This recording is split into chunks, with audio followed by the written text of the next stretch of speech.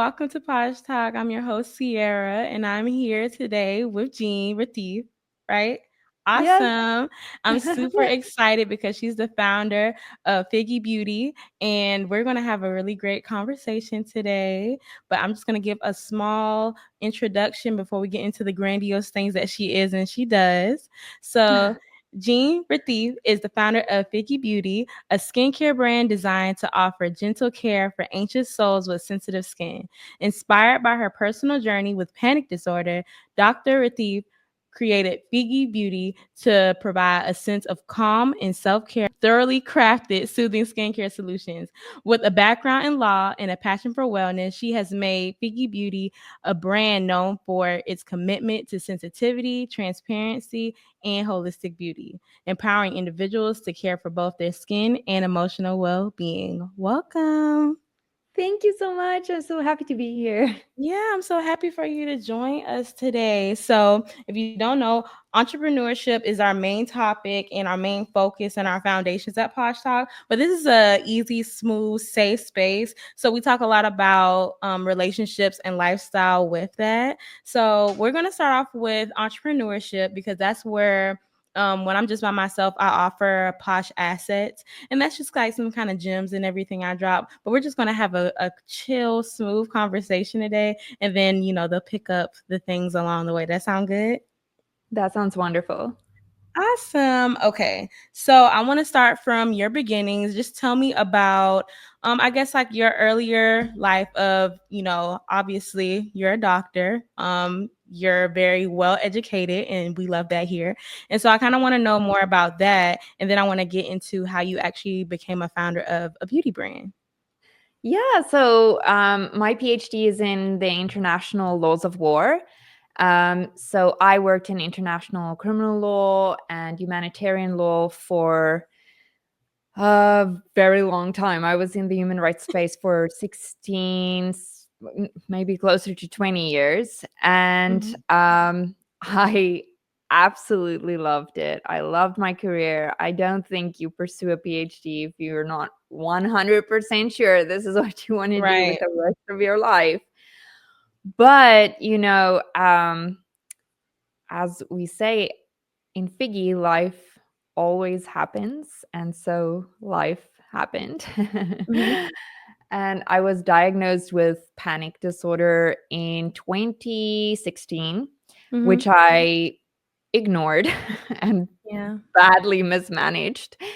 And that came crashing down in 2020, 2021. And I had to leave behind my consultancy. I had a very successful consultancy. I Mhm. consulted across the globe, a lot in the African development community. Um, and from kind of that breaking, really, Figgy was born. Okay, I understand that.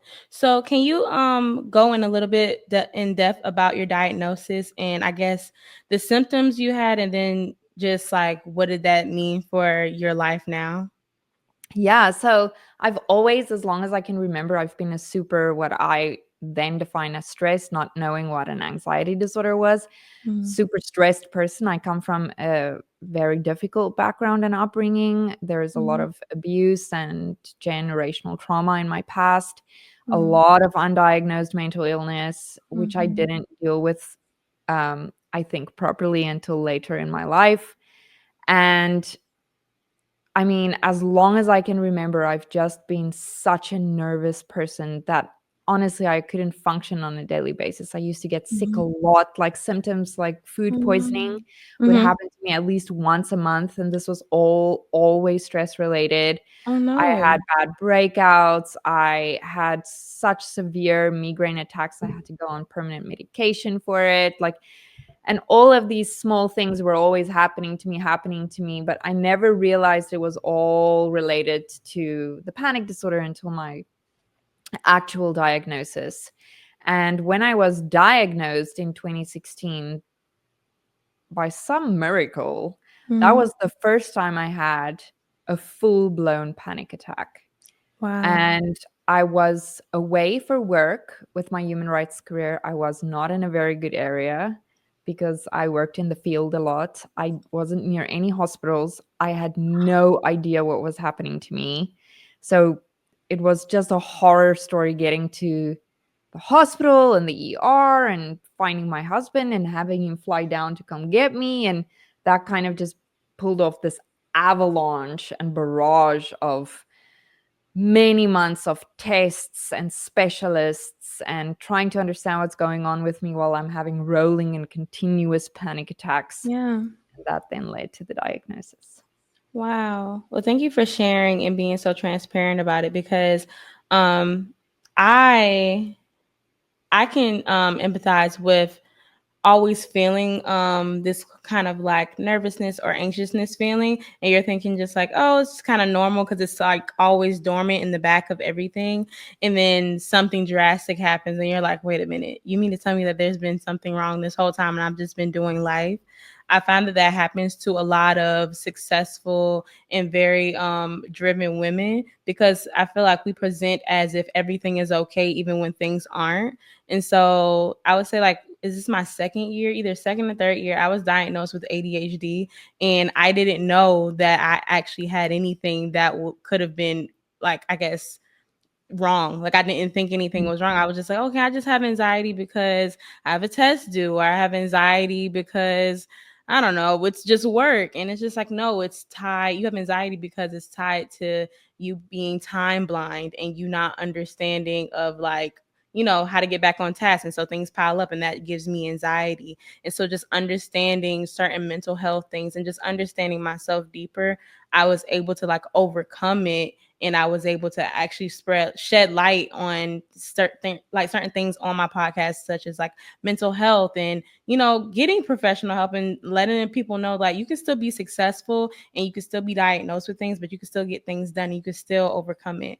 So yeah, thank you Yeah. again for sharing that. Thank you so much. That is so kind of Yeah. you to share that with me as well. Yeah. So, your background. I want to know like how that influenced you to starting your beauty brand because they seem like they're in two different worlds, but I learned that They there's a are. lot of overlap when it comes to entrepreneurship. Yeah, so I mean, from an entrepreneurial space, of course, this wasn't my first initiation of a venture, Mhm. but that time when I had to step away from my career was really very, very hard for me. It was Mhm. brutal. I had to kind of grieve this loss of identity. Mhm. Everything I had worked so hard for. You know, I was the type of person um, I always started 2 weeks before my exams to study, and I had a timetable of what I was gonna study and when, and, I pressured myself all throughout my kind of early law years, you know, I did my candidate attorneyship, my clerkship, I did, my master's degree, I did my PhD, I put everything into it, and I was always so driven, I sacrificed so much to Yeah. have this and to make this happen, and all of a sudden it just could not have a place in my life anymore. I had also at that moment immigrated to a different country, so that kind of made it even worse. Um, so when I was going through this kind of change and not knowing how to navigate this, one of the biggest things that really came to me was the fact, one, that I had a lot of shame and guilt about my diagnosis. So I hid it Mhm. in my previous career. I didn't feel like it fit into that narrative. And that caused it obviously to become worse. And two, there's so much of my diagnosis that I don't have control over. I don't Mhm. there now I know there are tools I can use, but I don't always have control over the fact that I'm going to have a panic attack. I don't have control over my body when it happens. I don't have control over my thoughts. It's so scary. So I wanted to have at least just one small thing that I felt from my diagnosis I could control. Mhm. And anxiety disorders are very far reaching in terms of symptoms. You know, you have so many symptoms that stem from this that you have to manage all day, every day. And one of my biggest external symptoms is sensitive skin, very Mhm. sensitive skin. And I thought, okay, well, I know absolutely nothing about formulating, but I know about this wonderful ingredient, rooibos, from my native South Africa. I know it works to soothe. I'm in a really bad space at the moment where it's bad for me to just be sitting alone with my thoughts every day, because that's just making it so much worse. I need something that I can focus my mind on, something that can challenge me and that can make me feel like I can be on a platform to take ownership of this diagnosis. Mhm. And I went back to school to do my certificate in cosmetic chemistry, which gave me that focus and taking my mind off something and focusing on something. Um, and then creating the skincare to, at least in an external way, help one of my external symptoms. I love that. You're so impressive. I'm like, you like just went and got a certificate in cosmetic chemistry. That is so cool. Thank you. It doesn't sound that impressive to me, but thank you so much. Yeah, I think it's really cool. And then I love how you said you took rooibos. Rooibos is a tea, right? So, yes, it's taken as a tea, but like scientifically speaking, it's actually a herb because it doesn't Mhm. come from the Camellia sinensis plant. So, Yeah. you're actually drinking a herbal brew. I love that. Okay, okay. So it's a herbal brew.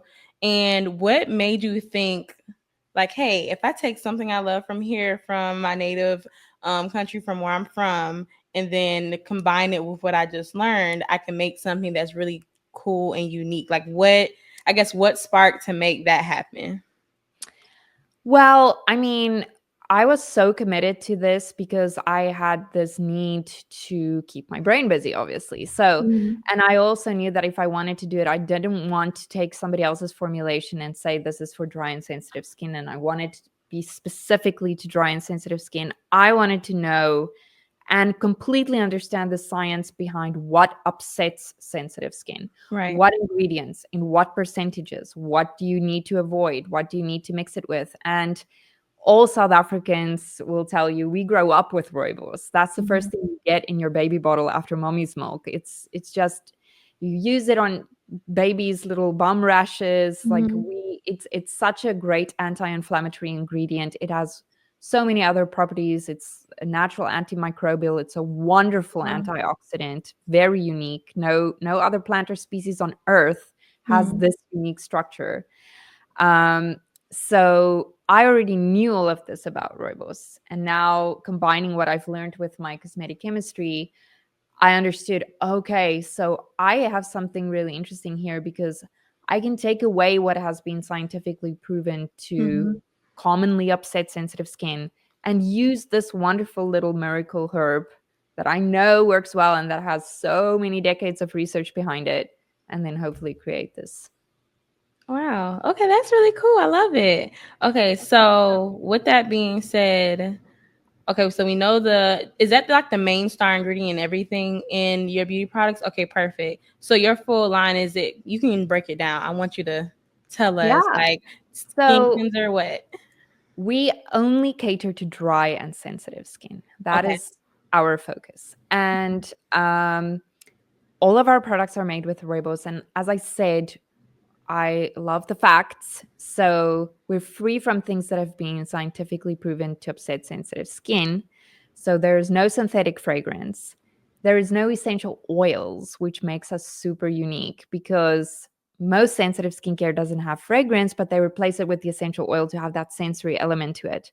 But essential oils are derived from plants and botanicals, which have their own fragrances naturally, and they're highly concentrated, which upsets sensitive skin or can, and or fruit extracts, which have naturally got exfoliating acids in them.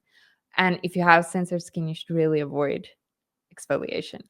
So it's also free from linalool and limonene, which is a common ingredient they use to mask really bad odors, but it's proven to upset sensitive skin. Um, then we really brought it back to basics because if your skin is so sensitive, you need to throw out all the extra. Us sensitive souls can't handle all those harsh targeted treatments. So it's a double cleanse, a day and night cream. Like, moisturize and cleanse your skin, take care of your skin. We only last year launched our complementary products, which is the Miracle Mist, which it's like an all-in-one. You can use it for hydrating, setting your makeup, being a toner. I use it on bug bites for my little girl. If your skin feels hot, we just won the Universal Beauty Awards, the Silver Award for the best toning mist in 2025 for Wow. that. Yeah, Congratulations. thank you. And we launched the Slow Glow Serum, which is the anti-aging for sensitive skin. If you can't handle retinol, but you still want to look after your fine lines and wrinkles and your dark spots and uneven skin Mhm. tone, and you're into a slow glow and not fast and fierce results, then that's the serum for you. I love that. I can definitely tell that you put a lot of thought and care into these products because you wanted it to be something that you would use every day. And then I feel like you saw that there was a need for it and you went very meticulously into the products and said, like, hey, this is something that I see is a common trend in the marketplace, but it's actually not right. It's actually not right for the cause we're trying to help. So that's really great. Thank you so much. Yeah. Posh Q Consultation is a consulting and branding company that specializes in business consulting, branding, and web development. We're accepting new clients and new projects. Visit us at poshqconsult.com. Okay, so we got everything about the products and everything. So I kind of want to shift and I want to talk about more so lifestyle. So you're an entrepreneur. How do you feel I guess like most benefits you from being an entrepreneur but also somebody who is super like accomplished and educated? Like how has that kind of like shifted your life?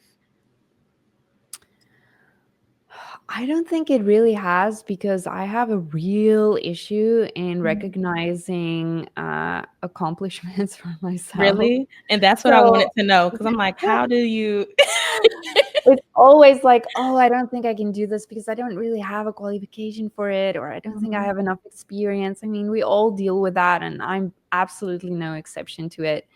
Um, Honestly, my story, my life, my motivation, it's always just been out of such a pure point of survival, mhm, persevering, trying again, not giving up, doing your absolute best. mhm. Um, and that's really it. I mean, I can talk about the stress of being an entrepreneur, which we all know.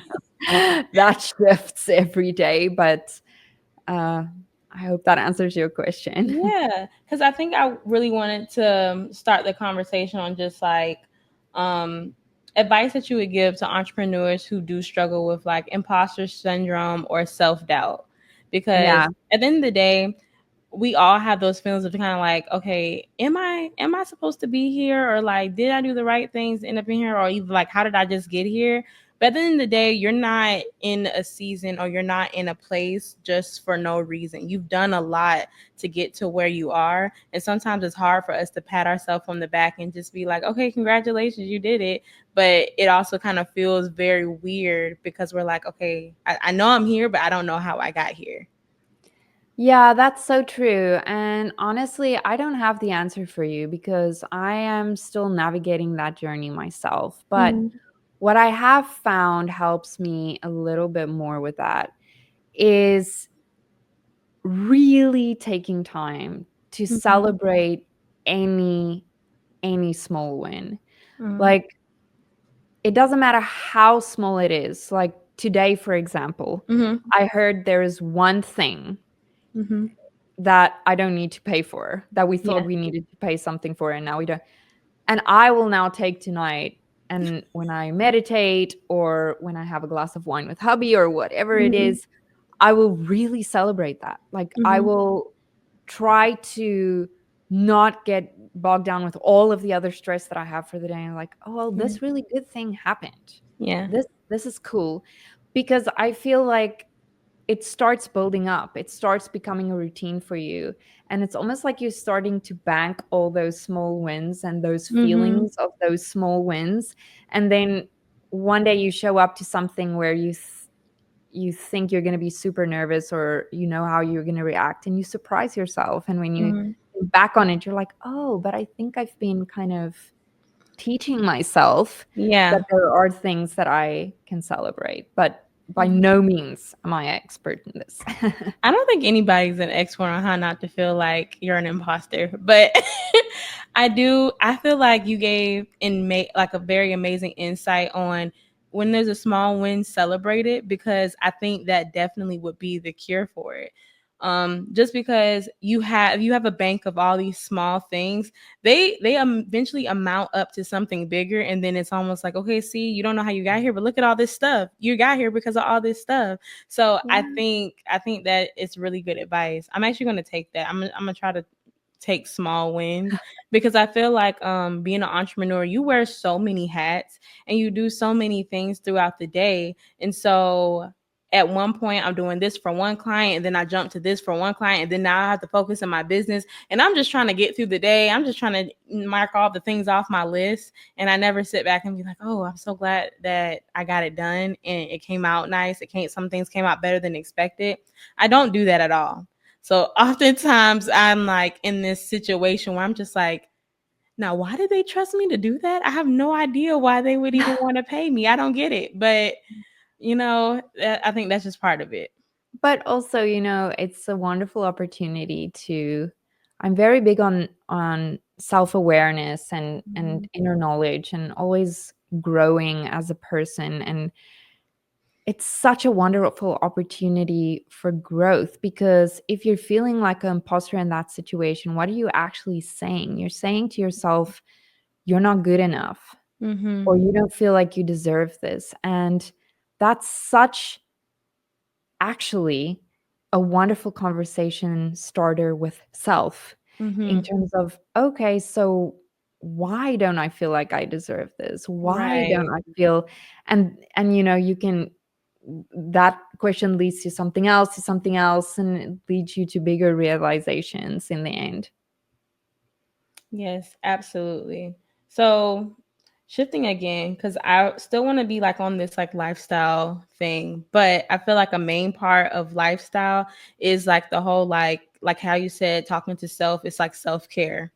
Hmm. And so I feel like you have your whole brand could be marketed as like, okay, this is like a brand that's heavily reliant on self-care, because you're doing something initially when you buy this product to help yourself, and everything in it is like super good, super natural. And so it just fits in that self-care category by itself. I would say, what things or mindset shifts or things that did you have to do, um I just guess, to be more of a self-caring person to yourself, even though Yeah, you are like an entrepreneur and you are having this brand that you're building and you've built. yeah.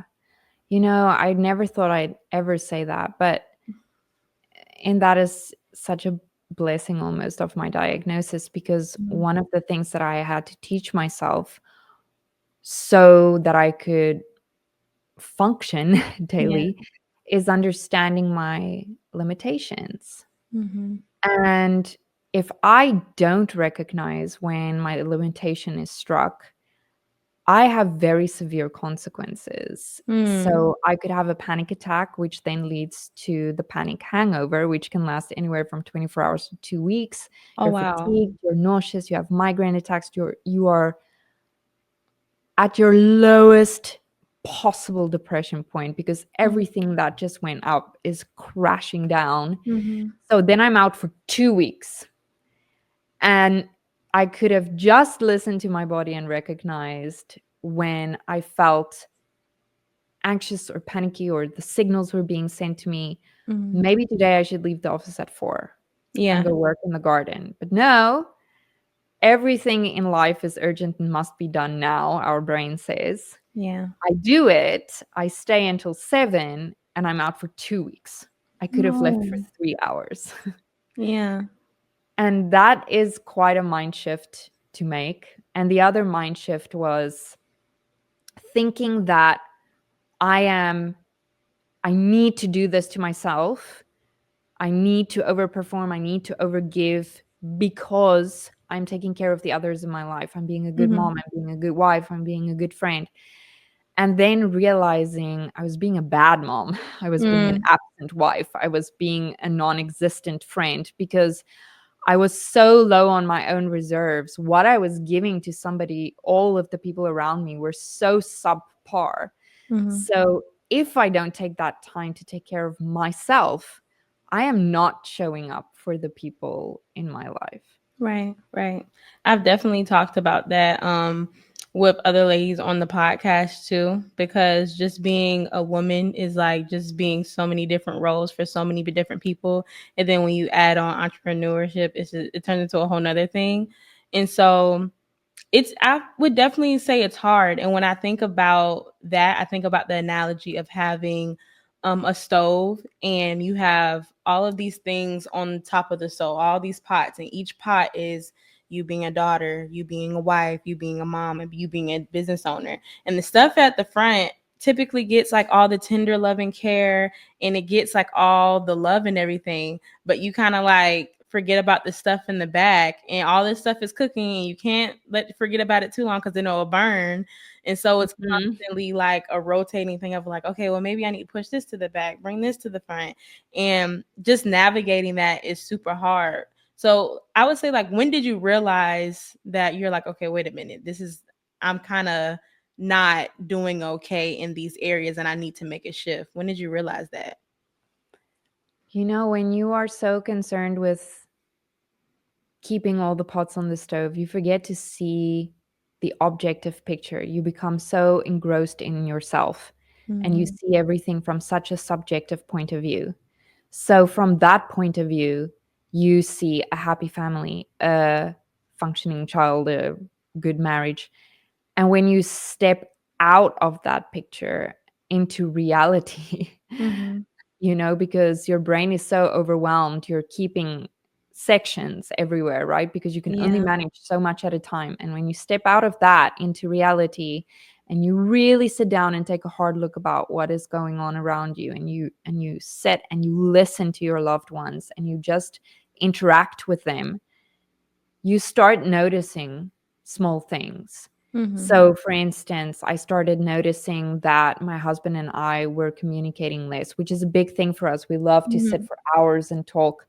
I started noticing that my daughter would favor my husband to read stories at night, which was Mm, weird because we always take turns.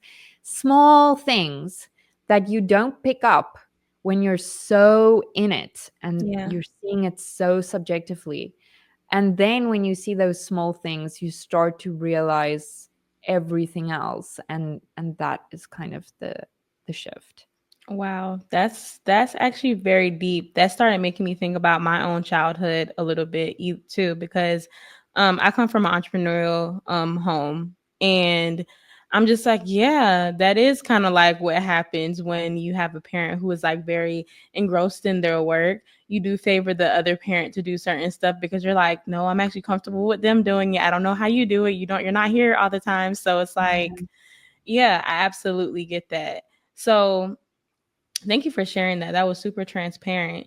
And Mhm. so, um, I always ask about relationships because we do talk about relationships here, and they're not just romantic. We talk about familiar and we talk about platonic. And so, with um, how long have you been with your husband? We've known each other for 20 years. Wow, I love that. Yay. And so when you met him, you were like already like very deep into your work, and he just kind of always knew you to be someone who worked really hard. We met at university, Mhm. and yes, I was already somebody who worked very hard. When we met, I was studying, and yeah, I mean, I was just like I told you, I was such a committed student. I was always the one in the Mhm. front of the class, Mhm. asking all the questions. Mhm. I honestly had a chart mapping out what subject I needed to study when and how much time I needed to spend on it. And he was Yeah. so completely the opposite. I love that.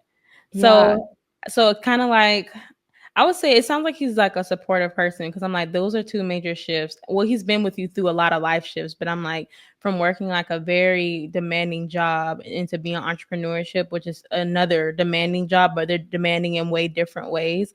Um, y'all's relationship, it's kind of shifted throughout those seasons, or kind of how has it kind of like, I guess, like been like a constant? Yeah. Some things are a constant, Mhm. because I mean, he really is a great support network. But I would never have followed the entrepreneurial journey if it wasn't for him. Mhm. I got into entrepreneurship because I was so incredibly unhappy in the job I was in. Like Wow. coming home every night, I had really like a horror story Oh no. for a boss back then. But Mhm. it also taught me some very good lessons. But that kind of effect where you're coming home every night and you're crying and you don't want to go to work in the morning, you don't want to get up. Mhm. And I was trying to finish my PhD. Um, and he had been always very entrepreneurial and Mhm. very self-starting. And he was like, "Well, I think you can do this. Why are you crying like this? Why are we doing this? Why are Oh. you torturing yourself like this? Why don't you just do your own thing?" And I desperately wanted to work for the United Nations or some kind of program. I had applied so many times, but there's so much bureaucracy in that system. Yeah. So it was like being a needle in a haystack. And he's like, "Just do it yourself." And Mhm. he supported me through that. We took my salary cut. Mhm. um, I committed to only doing my PhD for a year and finishing that. And Mhm. within that first year, I had already started my consultancy. And he was and continues to be an amazing mentor to me because in many things that I am struggling entrepreneurial wise, he has already been there and Right. he can give me the advice that I need. I love that. What does he do? He owns a biometrics company, so they Oh wow. manufacture hardware, rugged devices. Mhm. So they do passport controls, ID cards, Mhm. airport security, and all of that. Okay, cool. So just very smart, like just intelligence all around the house. I love that. Yeah, I love that. A lot of women who I do talk to who are entrepreneurs, they have entrepreneurial spouses, and they're very supportive in the way of just always being someone that they can ask questions, whether it's like you like, well, they've already been here before, so I can talk to them, or either just like we're going through the same thing at the same time, so it just kind of makes sense. But I just really love that because I find that I'm in a relationship right now, and my girlfriend, she's an entrepreneur, and the way that we've leaned on each other, even just saying this past year, but even before we were in a relationship, just being friends, it's completely different than any relationship I've ever been in. And Oh, that's because the good. type, yeah, I'm like, yeah, but it's the support that you get is just unmatched, and the conversations are definitely way different, just because like iron sharpens iron. So it's kind of like I can bounce something off of her, and she'll tell me like, yeah, but, and then she'll give me like an actual retort, but it's not like shooting me down. It's like, no, it's pulling me up and helping me realize something beyond what I could even see. And I do the same thing for her. And so I think that's why I love hearing about different relationships that entrepreneurs have, because if they don't have in a partner, they usually have it like in a friend or something that offers them that guidance and that support. So I just love that you have that in your husband. Thank you so much. I have to say, I love it too. And it really does, I have this extra element to it, the panic Mhm, disorder. And that's a large part of our lives that we need mhm, to manage. mhm. So, he's also been very supportive in that. And I think that also helps us in terms of the house, the entrepreneurial journey, because we honestly have to be in such good communication with each other so that he can also see and understand my triggers, Mhm. um, and so that I can also communicate my triggers in advance so that it doesn't blow up for Yeah, everybody. We have a 7-year-old daughter, and there are many things to consider around that. Yeah. yeah. I'm still learning that because I'm just like I feel like I'm getting older, but I'm still pretty young. So I find that me identifying my triggers and the things that may upset me, I'm literally learning new ones every day. And it's so frustrating because I feel like when I finally learned myself, I'm like, okay, I'm 25, I know myself. And then 3 years pass and I feel like I'm a completely different person. And so it's super hard. And so I feel like I'm in this constant revolving thing of like, I know Mm, myself. No, I don't. I know myself. No, I don't. mhm, And so, mhm, mhm. Yeah. but I will say, from listening to your journey through your mental health and listening to that, super inspiring. I keep saying that, but it just is. I want to know, like, how has that affected your leadership style? Because I know, like, we're still talking about relationships, and we don't. I don't know. Sometimes we don't think of ourselves as leaders, and we don't think sometimes of our bosses as a relationship in its own, but it is. So that's why I want to know, how has that shaped how you lead effectively and how you just, I guess, handle people. Because I have to be so aware of my limitations, I am completely concerned with making absolutely sure that I have people around me that are stronger than me in certain senses. Mhm. For example, I'm very bad at marketing, and I'm super horrible at social media, and it's such a core part of product business, and it stresses me out. So there are people that love doing that are so amazingly talented at that. I Mhm. don't need to be every single one of those. Now, I will say in the beginning, it was very hard because I'm self-funded. I have no loans. Mhm. Um, and when that's the way you start, you don't have the money to appoint this team of people that can help Right. you do everything. You do everything, right? Mhm. Um, and I completely acknowledge that, but you know, it goes further than that. It just also goes to your home life and all of that. Like certain people have certain skills, and it's okay if they do that. And I focus on what I do well, Mhm. so that I can show up as my best self. Mhm. And the other thing that I learned is that I am completely okay to not be a strong leader in the sense that we define strong leadership, dynamic and challenging and Right. stating my case. And that's not who I am. Mhm. I'm softer. I'm very diplomatic. I'm very averse Mhm. to conflict. And that serves me very, very well because I can diffuse very intense situations. I Mhm. can read people very well. I can understand the emotions in a room when other people don't pick it up. Mm. And I have people that I can call on when I need a stronger voice. But I have been surprised at the strength that can come in approaching it from a softer side as well. Mhm.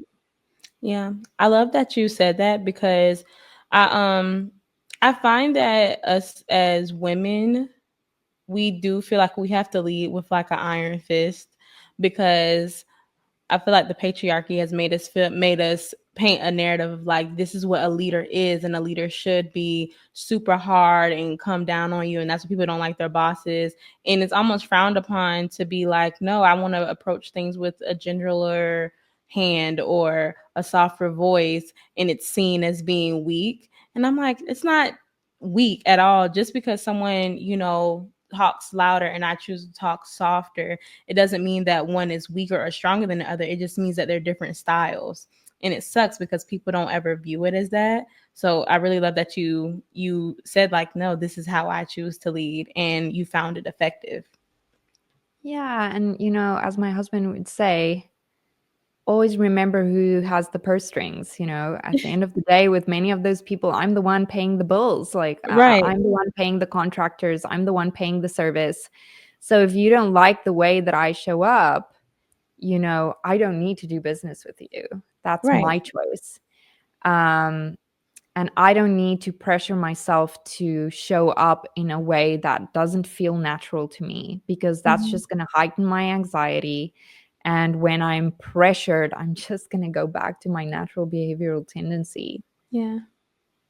I understand.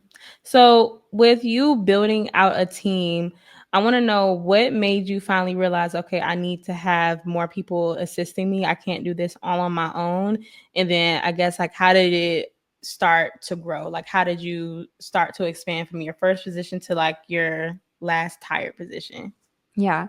So, first of all, I realized I need more people to help me with this the day I started, Right. but I didn't have the funding to do it. Uh-huh. Um, and it grew because my income started growing. Mhm. So I was able to afford. That's really all there is to it. That is the like the whole of my story there.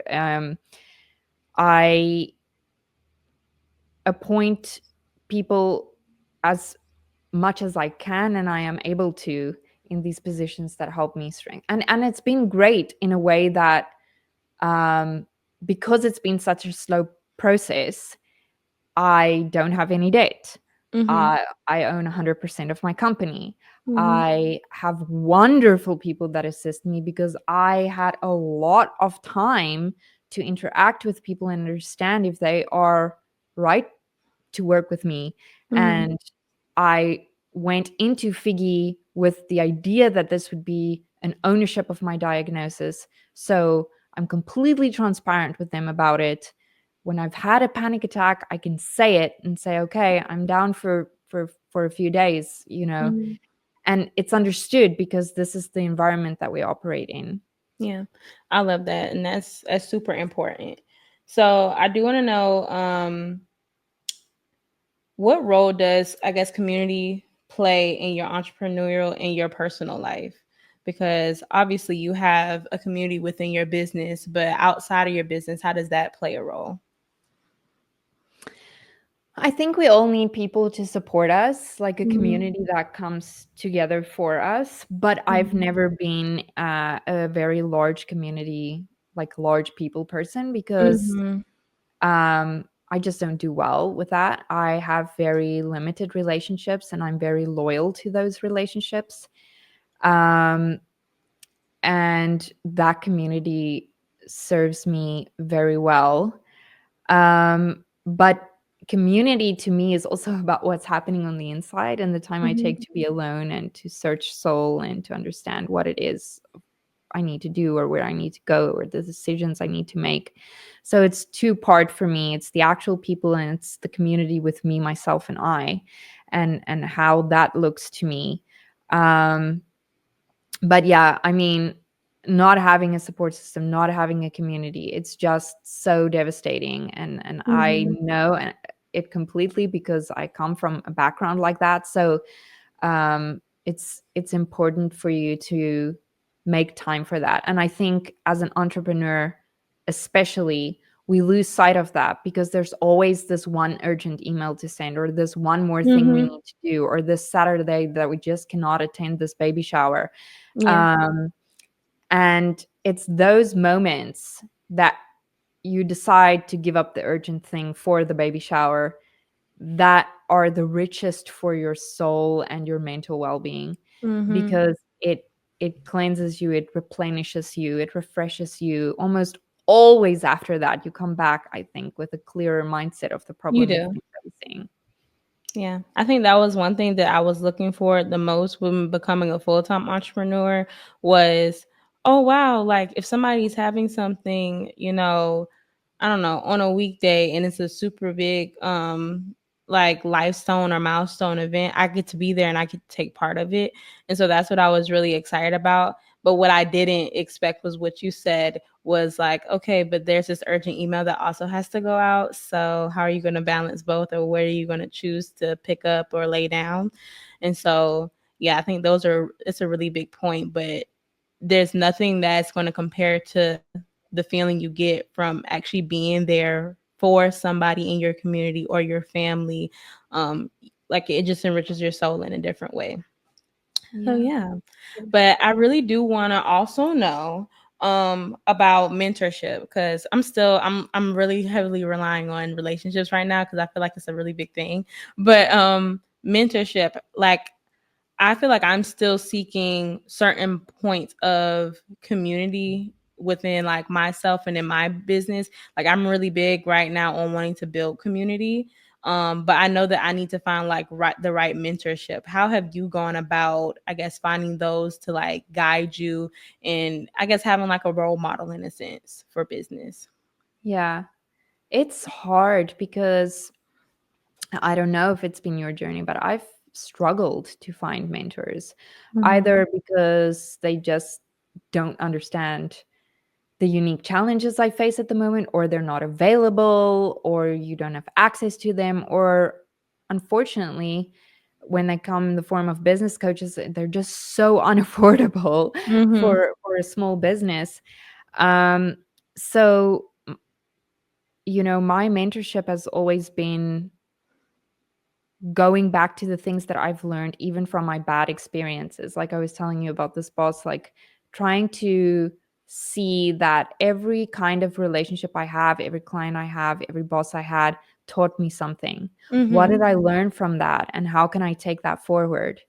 And if I'm wondering about things now, yes, okay, I have this unique relationship with my husband because we're kind of in the same world, so we can bounce things off of each other, but there are very Mm-hmm. many moments where I have to go through it alone, and I don't have mentorship and I don't know what to do, and that gives me a wonderful time to go within Mm-hmm. and search myself and understand, where should I find the answers, how should I go about this, and make mistakes, sometimes very expensive mistakes, and learn from that. I really do think that mentorship is so wonderful and amazing, but I think quality mentorship Yeah. is very hard to come by.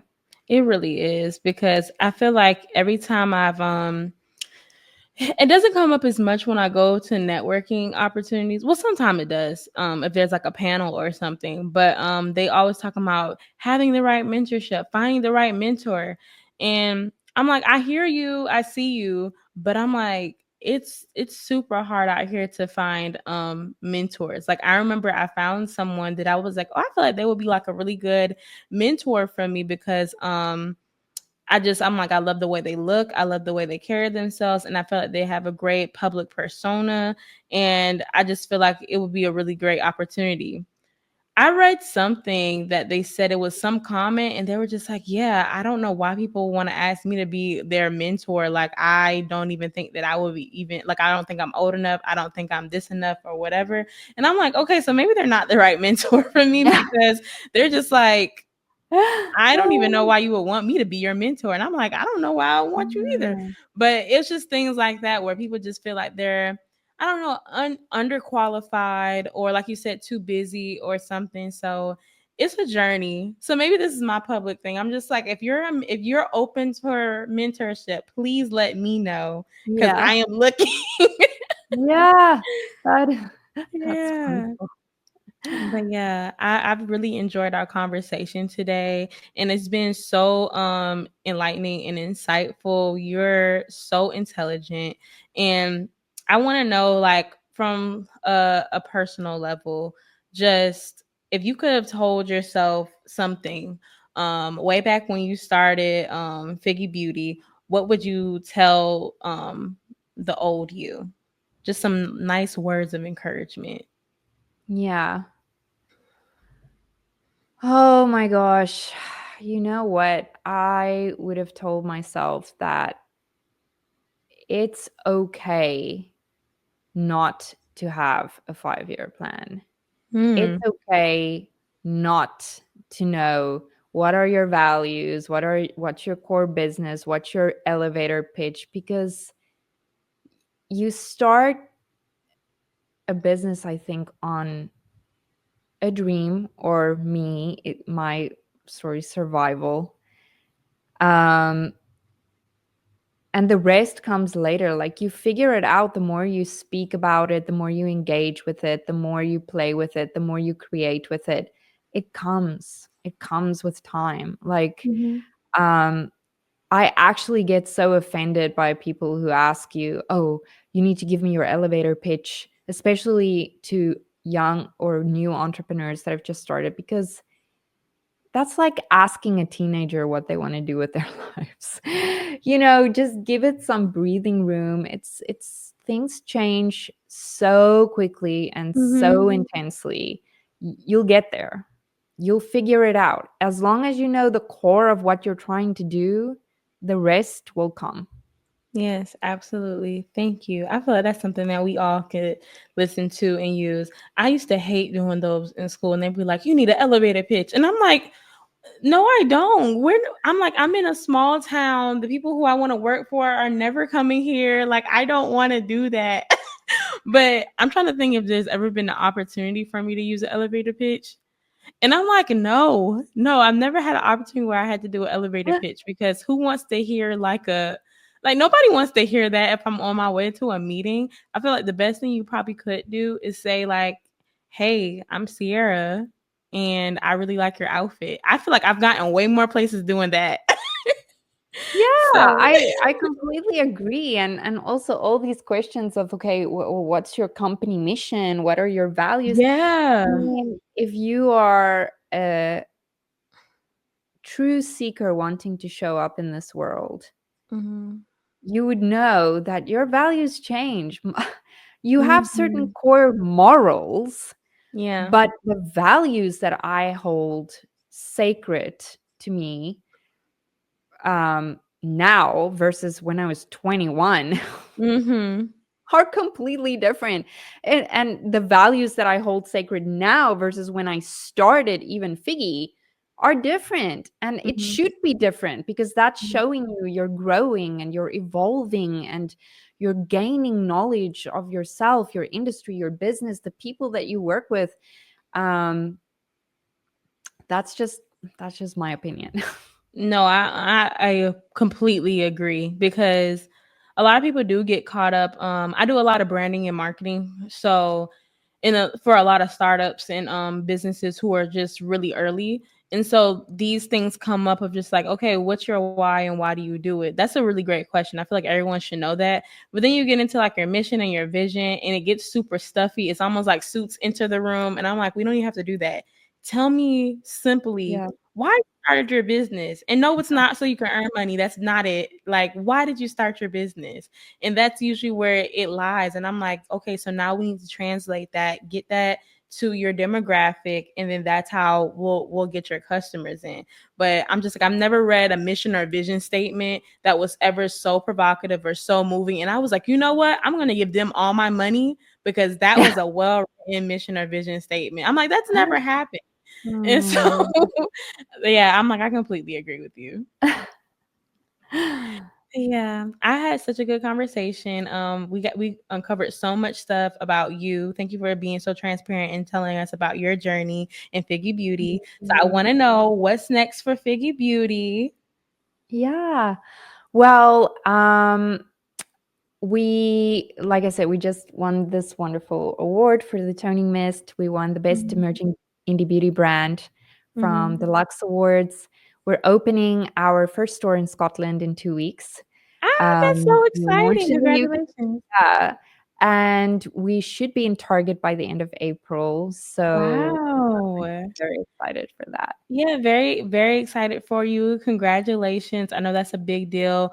All those things are such a big deal, especially like anything brick and mortar. I know that that's a lot of people's dream to come from e-commerce and be like in an actual retail space. Both are very profitable. I don't when customers come to me, I'm like, I don't care which one you do.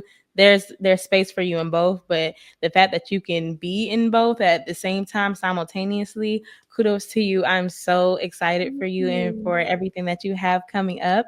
Everybody, please get into Figgy Beauty. She has a wonderful, beautiful website. It's definitely Posh approved. Go check out all of her amazing products. She's definitely sold me. I need to go there and I'm gonna purchase some stuff myself because I'm really into skincare. So I was super excited to have you on today. So thank you so much. Thank you so much. I really appreciate that. Of course, of course. And I'll link everything down in the show notes so they'll have all your social media handles and all your websites and everything so that they can come and check out this stuff for themselves.